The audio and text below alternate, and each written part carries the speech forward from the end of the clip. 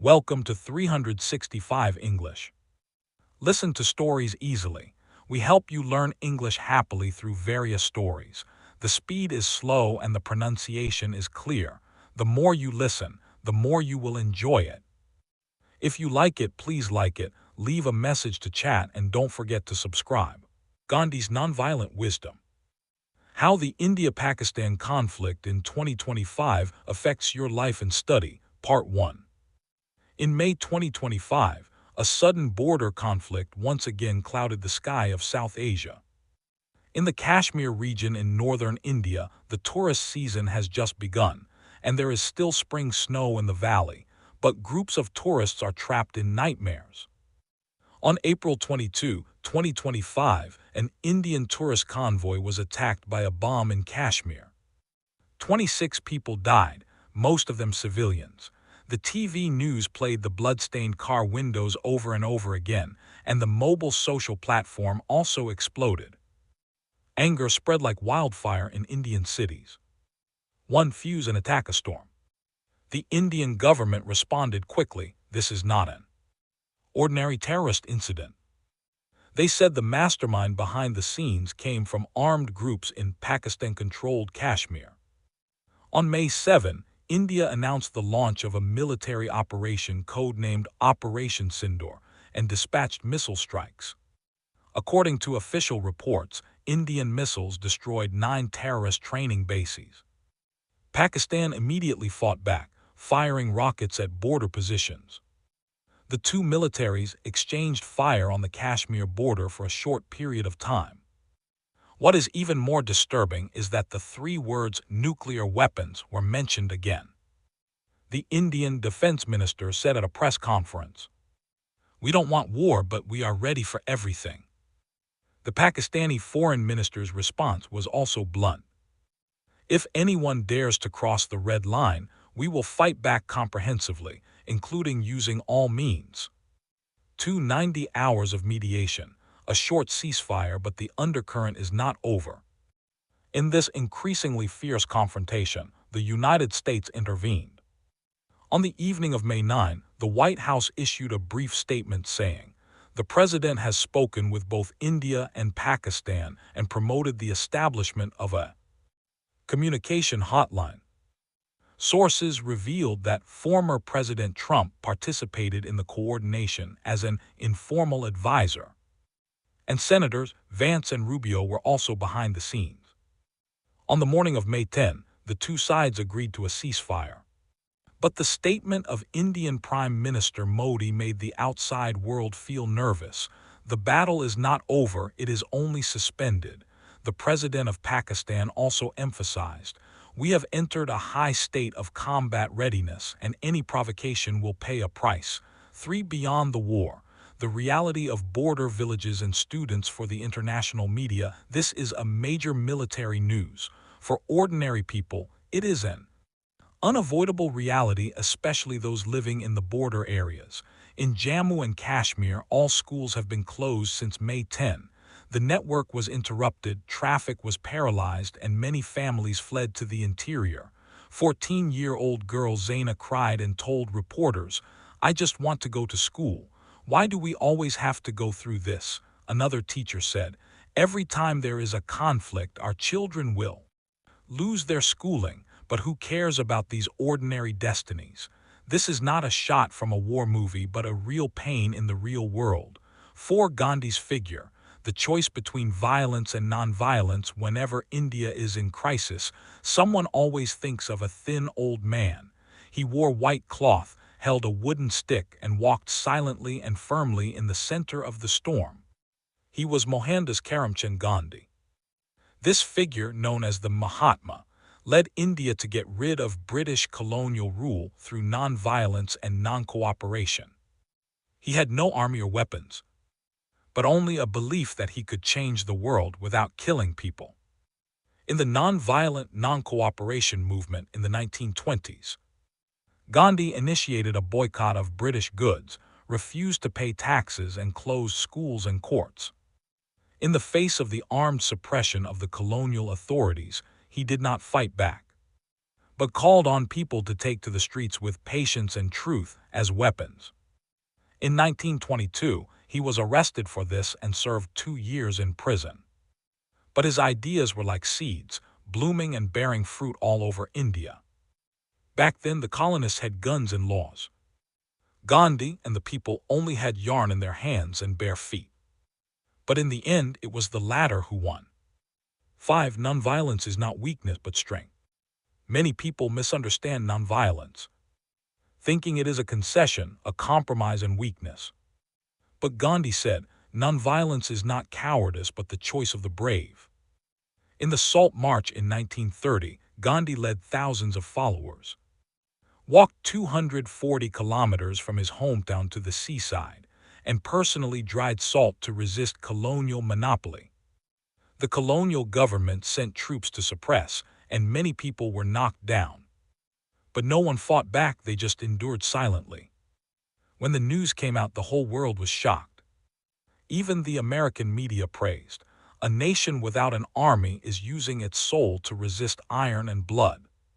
6. Modern revelation. Is peace possible in the India-Pakistan conflict? Back to today in 2025, facing missiles and rockets. Some people will say, Gandhi's way is outdated. But is it really so? Behind every missile is the fear of civilians. Every upgrade of war preparedness is a regression in the lives of ordinary people. Peace is not weakness but a constructive choice. Especially in the nuclear age, no one can bear a complete war. As Gandhi said, an eye for an eye will only blind the whole world. The roots of the India-Pakistan conflict are deeply rooted in history, but whether blood and fire can be avoided in the future depends on the wisdom of the country and the beliefs of ordinary people. We in the conflict, you and I are not far away. Maybe you don't live in Kashmir and you haven't experienced the war, but the impact of this conflict has quietly penetrated into your life and mine. Psychological impact. News anxiety spread. Whether you are a student or an office worker, when you see the headlines of missile attack and nuclear threat continuously, your anxiety level is actually rising quietly. Some people start to suffer from insomnia, some people lose their attention, and some people fall into doom scrolling, addicted to negative news. This emotion will spread like a virus and drag down our mental state. Economic impact. Chain reaction of market turmoil. Indian stocks fell nearly 4% after the attack. The rupee depreciated in the short term, and South Asia fund was also affected. If you bought an emerging market ETF or held a global portfolio, this conflict may make your returns more volatile. Safe haven assets such as gold and the US dollar rose in the short term, which means global unrest affects personal wallets. Educational impact. The absence of thinking and global awareness. Many schools rarely talk about international relations, and students don't even understand why India and Pakistan have been fighting for more than 70 years. People who lack a global perspective are prone to treat news as other people's business and cannot understand the value of peace. But as long as you start thinking about these issues, you will be more competitive in the future than most people. Part II. Turbulent borders. The road to peace left by Gandhi. On the brink of war, what people often forget most is that peace is not a default state, but a result of being chosen again and again. The India-Pakistan border in May 2025 once again proved this point. Although a bloody battle was temporarily stopped by the 90-hour ceasefire, emotions and hostility, like magma under a volcano, are still rolling underground. At this moment, it is necessary to go back deeper to see the historical roots of this conflict. It is here that we will meet Gandhi's wisdom again. 1. Historical map of conflict. 70 years of obsession. The grievances between India and Pakistan were not determined by missiles on a certain day, but were destined to be entangled since 1947. That year, British India finally declared independence on August 15, 1947, after a long anti-colonial movement. But independence did not end peacefully but was divided into two countries, India and Pakistan. This split brought huge bloodshed. Shortly after the separation of India and Pakistan, the First Kashmir War broke out. Kashmir is the center of the dispute. This place is dominated by Muslims, but the ruler at the time was a Hindu who chose to join India. As a result, Pakistan refused to recognize it, India refused to give in, the war continued, and the United Nations intervened to no avail. So far, Kashmir has experienced 4 large-scale wars and countless small-scale conflicts. 2025 is just one of the fluctuations. 2. Gandhi's pain, the tear behind independence. When the country was celebrating independence, Gandhi did not participate in the celebration. He was alone in Kolkata, fasting and praying in the Muslim community, trying to stop the violent conflict between Hindus and Muslims. He did not approve of the separation of India and Pakistan. In his eyes, India is a diverse, inclusive, and unified big family. Religion should not divide nations, and hatred should not determine borders. But history chose another way. Shortly after the division, large-scale violent conflicts broke out on the India-Pakistan border. Hundreds of thousands of people died and millions of families were displaced. Gandhi's heart was torn. He said, "If you have resentment, come to me. I can suffer for you, but don't kill each other anymore." He ran around, walked into the most intense conflict places, persuaded the masses, and called for forgiveness. And on January 30, 1948, Gandhi was shot dead in the street by an extremist. The last words he said before his death were, "Hey, Rome, Lord." 3. Nonviolence is not non-resistance, but a higher form of resistance. Many people think that nonviolence means doing nothing. But Gandhi was never a passive person. He disobeyed unjust laws, refused to pay unreasonable taxes, and even called on the people of the country to boycott, strike, and strike. He once said, "I don't obey tyranny, but I don't fight violence with violence. My non-cooperation is because I am loyal to truth and conscience." Because of this, Gandhi's nonviolence is actually a very strong action force. It refuses to succumb but does not fall into hatred. It encourages people to stand up, but not with knives but with the truth. IV. Mirror image of 2025. Is nonviolence useful? When facing missile attacks, border exchanges, and nuclear threats, you may doubt, can Gandhi's set of tactics still be used today? But in reality, nonviolence still plays a role on the global stage. In Hong Kong, Myanmar, and Iran, several large-scale citizen actions have borrowed Gandhi's strategy. Especially in the digital age, the discourse power effect of nonviolence is greater. A video, an appeal, a voice of peace, may have a greater impact on the world than 100,000 bullets. The reminder to ordinary people, conflict is no longer far away. Maybe you are not a border soldier or an international negotiator, but this India-Pakistan conflict is closely related to your life and mine. 1. Your emotions are also hit by war. Since May 2025, search engines in many countries have shown that the popularity of keywords related to India-Pakistan war and nuclear threat has skyrocketed. Social media is full of speculation, ridicule, and panic about world war.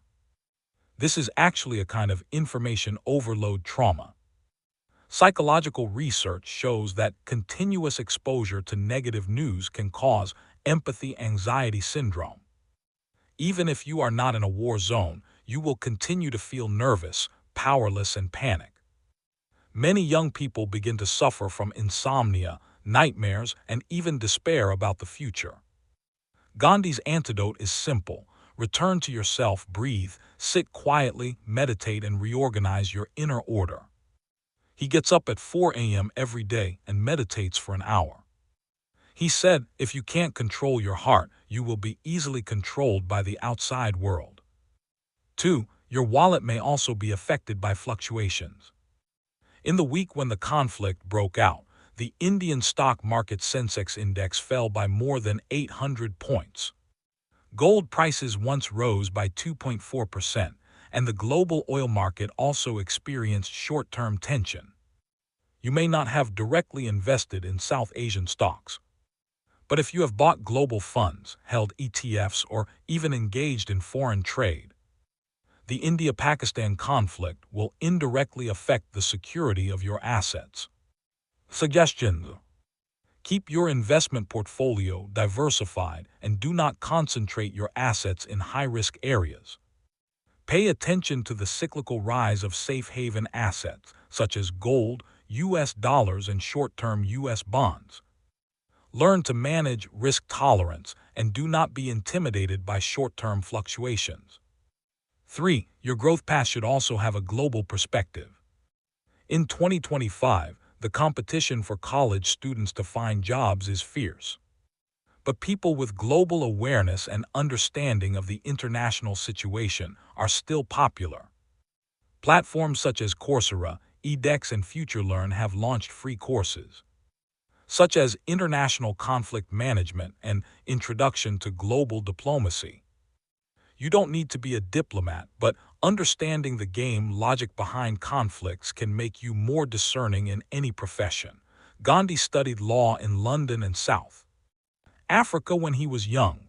It was this cross-cultural experience that shaped his broad vision. 6. Gandhi's wisdom of the times. 3 ways left for today. At the end of this section, let us summarize Gandhi's thoughts on the present with 3 practical suggestions. Method 1. Practice mindfulness, 10 minutes a day. Return to yourself. You can sit quietly with your eyes closed after getting up in the morning. Focus on breathing, do not judge, and feel the relaxation of your body. Mindfulness is not metaphysics. It is a stress relief method verified by a lot of psychological research. Even in the tide of conflict, you can build an inner, non-violent shelter for yourself. Method 2. Understand the power of nonviolence through reading and watching suggested reading. Gandhi's autobiography, My Experiment with Truth.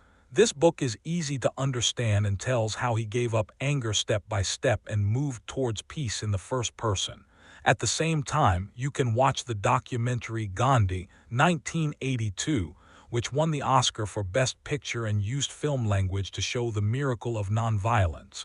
In the hustle and bustle of information, these works are like springs of soul, reminding us how to be a powerful and gentle person. Method 3. Participate in local community peace activities and change from spectator to participant. Many schools, libraries, and community centers will hold peace dialogues or international understanding lectures regularly. Don't think this is far away from you.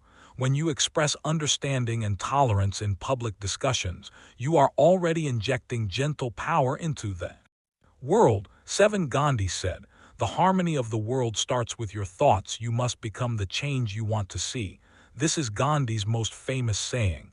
In today's turbulent, prejudiced, and extreme thoughts, this sentence is not a sentiment but a real force.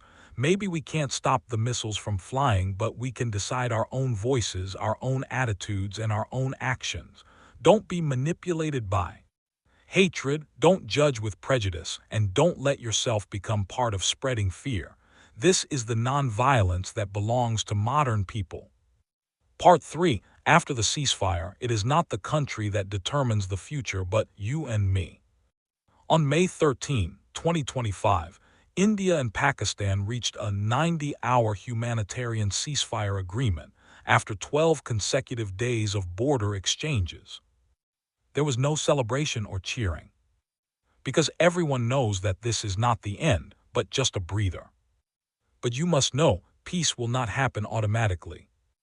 Where the wheel of history turns depends not only on the speeches of the Prime Minister and the President, but also on whether the ordinary people of this era are willing to get out of hatred and rebuild dialogue.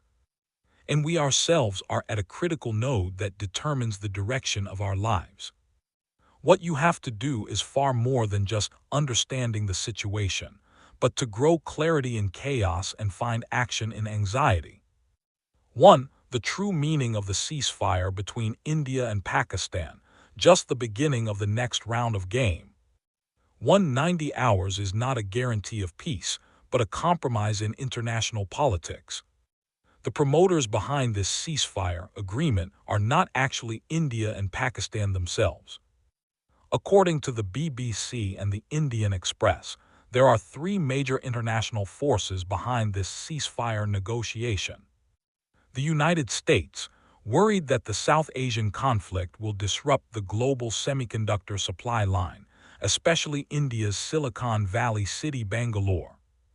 China, avoid the Economic Corridor project with Pakistan from being affected by the war. The United Nations, worried that the risk of nuclear proliferation will get out of control and affect the stability of global security treaties.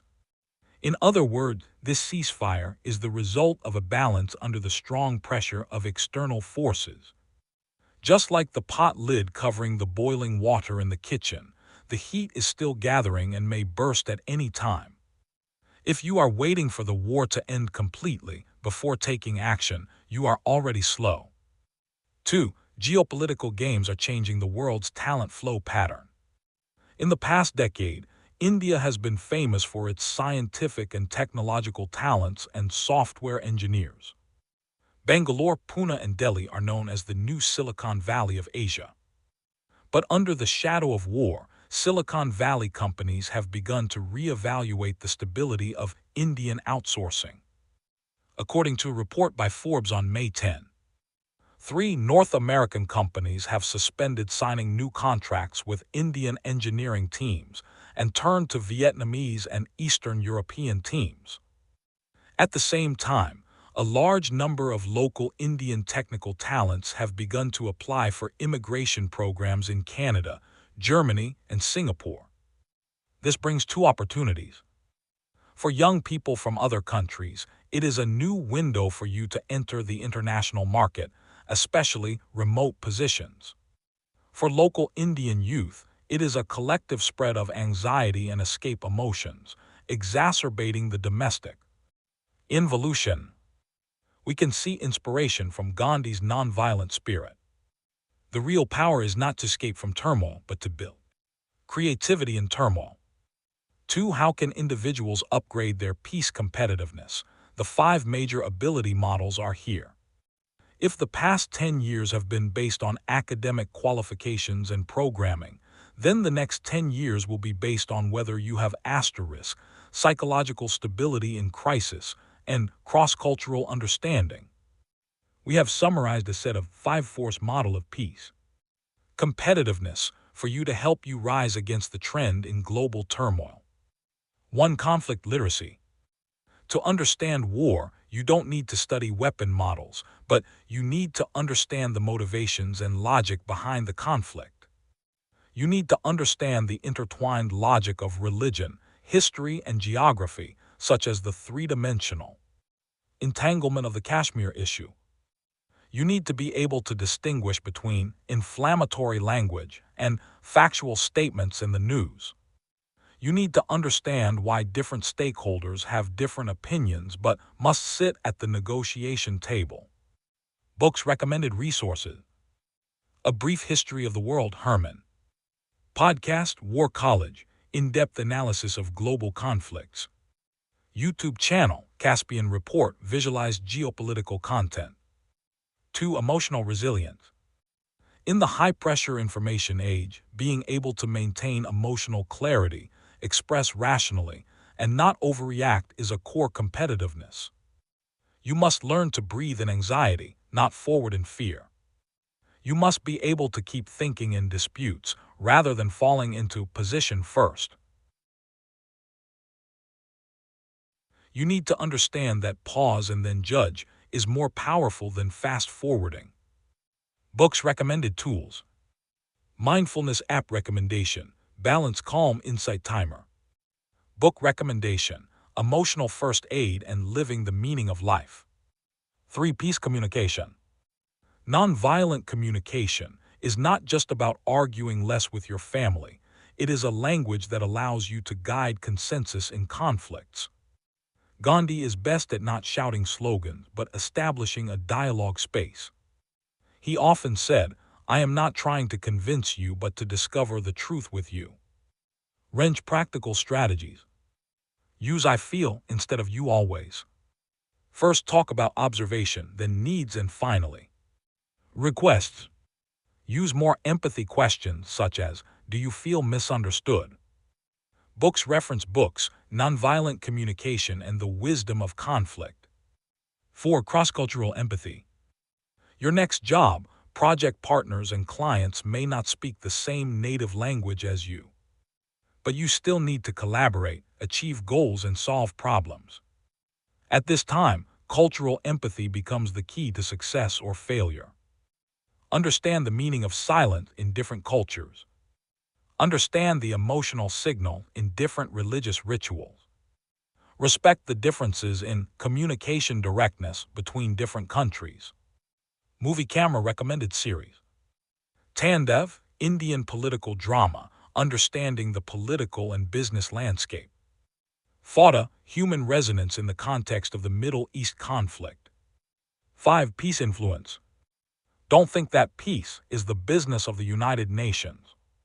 In fact, every time you and I post a circle of friends, video, or article, we are influencing others. The real influence is to become a beam of reason and hope in the information explosion. You can write a peace initiative letter. Design a set of posters against hatred. Make a video about the friendship between Indian and Pakistani youth. Gandhi's salt tax march is to use his body to write a poem of resistance. Don't underestimate your gentleness and firmness. 3. The concrete implementation of Gandhi's thoughts in the lives of modern young people. You may think that Gandhi's cotton clothes and slow speech are too old-fashioned. But his core ideas are actually suitable for this impatient and fast-paced era. 1. Gandhi's life subtraction. Let you say goodbye to internal consumption. He weaves cloth, washes clothes, eats vegetarian food, and does not covet material things. Not because he is poor, but to prevent his life from being drowned by noise. He said, if you don't need so much, you don't have to be controlled. Application in modern times. Clean up apps and social accounts once a month. Eat alone in silence for 1 meal a week to practice listening to yourself. Set a desire-free period. Do not shop for a month and record your inner changes. 2. Gandhi's activism. Start from around you rather than waiting for the country to take action. He does not rely on positions, but on walking in dialogue. Even if politicians are gritting their teeth at each other, he can still walk into the riot zone and sit quietly in the center of the square. Application in modern times. Take the initiative to talk to classmates with different political views without labels. Start community projects, such as the Cross-School Peace Letter Plan. Initiate the Plant a Peace Tree activity online and write a promise for each tree planted. 3. Gandhi's endurance wisdom. Do visionary things and bloom slowly. Gandhi did not succeed overnight. He was imprisoned, ridiculed, and isolated, but he always insisted on long-termism. In the era of short videos, the most difficult thing is to stick to the slow but right path. Application in modern times. Persist in reading a nonfiction work every month. Use 1 year to make a non-utilitarian plan, such as peace podcasts and global youth interviews. Believe that accumulation is better than hot products, and quality is better than likes. 4. Written in the end. The future is not without war, but someone chooses peace. 2025 may not be the worst year. There are more conflicts brewing around the world, and we are at a crossroads. Either become part of the fear-mongering or become part of the peace ecosystem. Do you have the courage to make peace no longer just an attitude, but something you do every day? Gandhi said, when others look at you with anger, you should look back with tenderness. When others point a gun at you, you should stand with the truth. You don't have to be Gandhi, but you can be the unshakable force of peace in your life. Gandhi's nonviolence is not a historical issue, but a key to the future. Start now and be a person with peace competitiveness. The world is turbulent, but you can be steadfast.